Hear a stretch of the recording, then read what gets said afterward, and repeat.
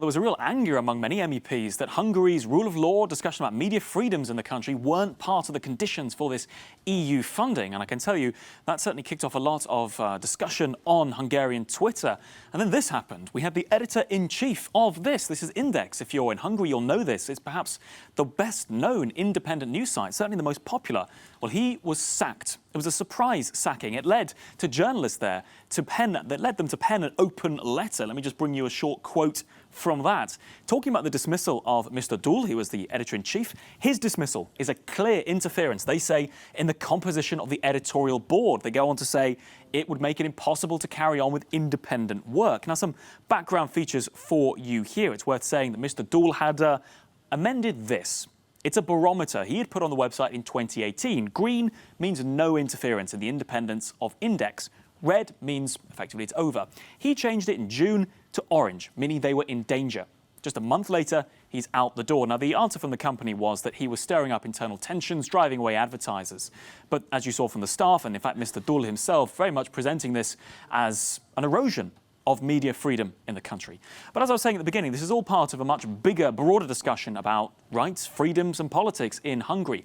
Let's speak to Daniel Hagedus here, joining me now from Berlin. He's of the German Marshall Fund, but has been writing extensively about the situation in Hungary and these kind of developments. Daniel, thanks for joining us from Berlin. I just wanted to ask you, first of all, we've seen this developing situation now with Mr. Dull out of this publication.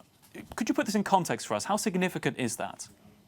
It's overly significant. As you already mentioned, Index.hu is the country's largest independent news site.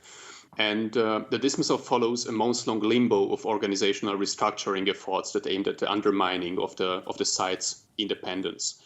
As you also mentioned, that Index operates with large autonomy of the editorial staff. The editorial team elects the editor-in-chief and decides about its own personal composition.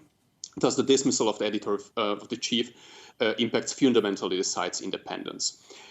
Index is practically a conglomerate of companies, and although the site itself is owned by a foundation, the company managing the advertising services and thus practically the site's revenue, and another one that provides the logistical supports, were lately acquired by government-friendly investors who exerted pressure on the board of trustees of the foundation, which is composed by one single person, lately also to dismiss Mr. Dull. And the takeover of the independent media outlets often took place in Hungary through private acquisitions and are disguised as business moves, although they are politically motivated and the outlets end up in the hands of political cronies very often. Such a way were the country's regional print newspapers or the former market-leading daily Népszabadság, also acquired in the past by government-friendly investors. And the fortune of that investors very often originates from overpriced public tenders that were financed by financial resources of EU structural funds. And that way, through an organized machinery of public procurement, EU funds are often transformed to political resources in the hands of Hungary's governing party, Fidesz.